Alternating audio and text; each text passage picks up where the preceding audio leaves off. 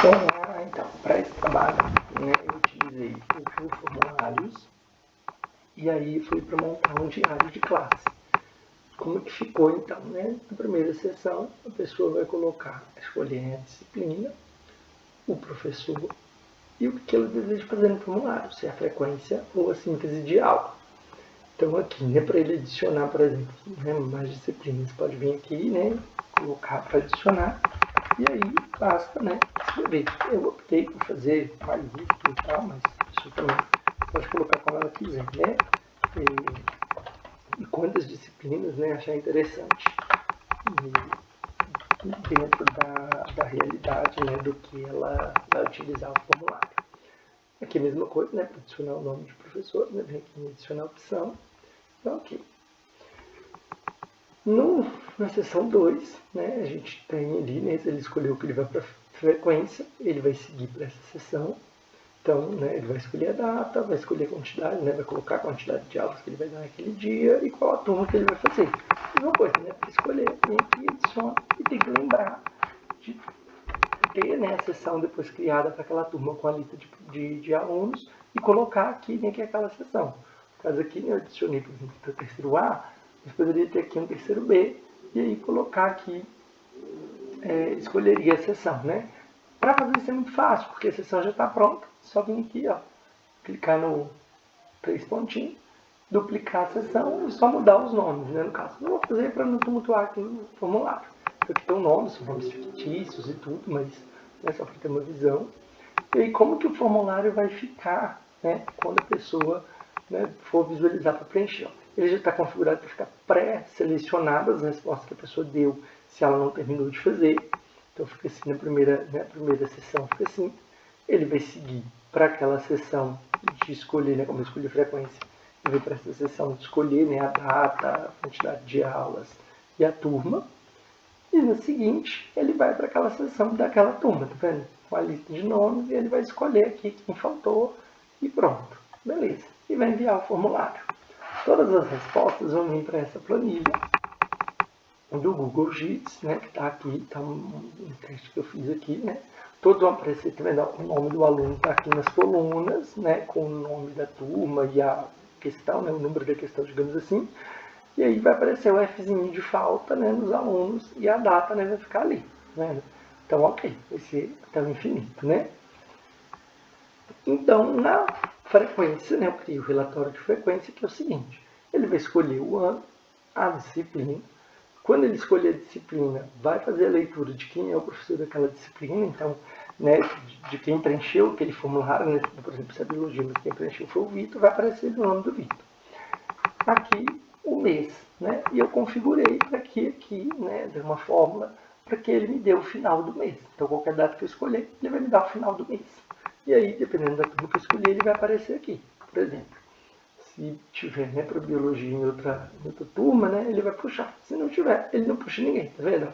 Ele não me informou nenhuma alteração, né? Não tinha nenhum aluno, né, nenhum lançamento para aquela turma naquela disciplina. Vendo? Não lançou nada. Então vamos procurar aqui, por exemplo, uma que possa ter, né? Para ver como é que fica. Então, né, não tem nenhuma. Não tem ninguém com esse lançamento, tá vendo? Né, ele não está encontrando, porque não tem preenchimento para esse aluno, né, no caso. Então por isso que ele não está achando ninguém.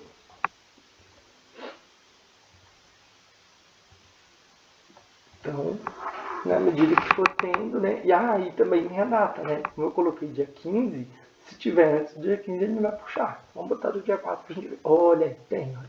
No dia 4 foi o primeiro lugar para química tem. Então, por exemplo, beleza.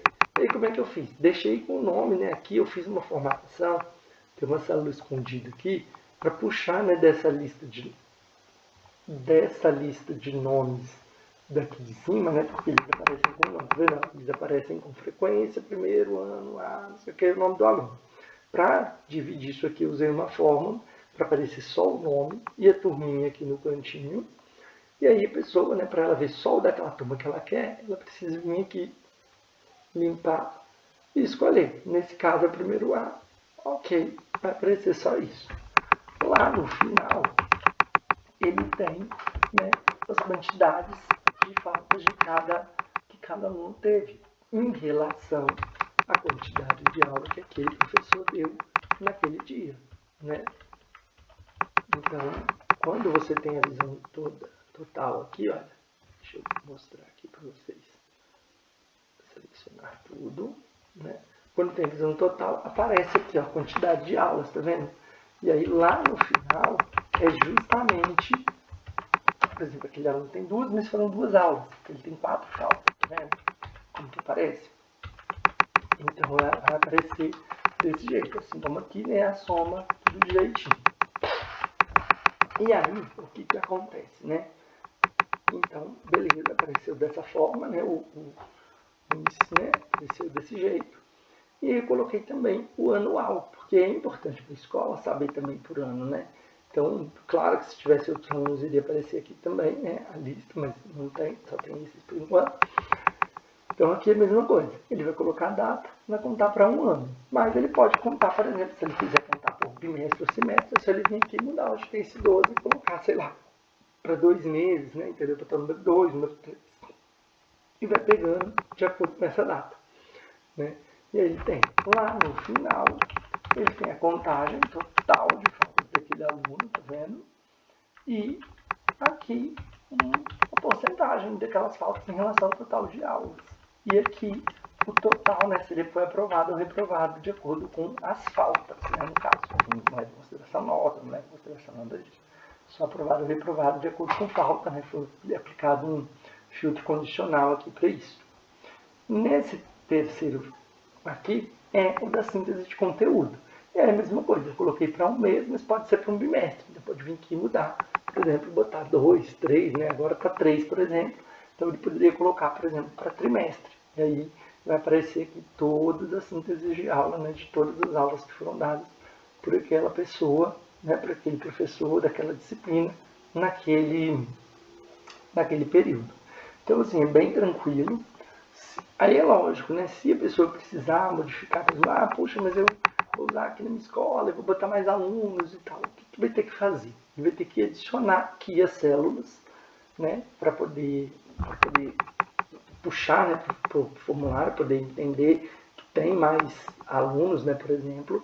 E aí, né, porque aqui a lista vai ficar maior. Então, por exemplo, qual que é a minha recomendação? Né? Esse aqui tá padrão, então ok, mas qual que é a minha recomendação? Ter 2 formulários, um de síntese de aula e um de lançamento de aula. Por quê? Porque tá vendo que a síntese de aula está aqui no meio, e aqui, ó, quando eu adicionei o terceiro ano, ele apareceu aqui, nessas outras colunas, depois da síntese de aula.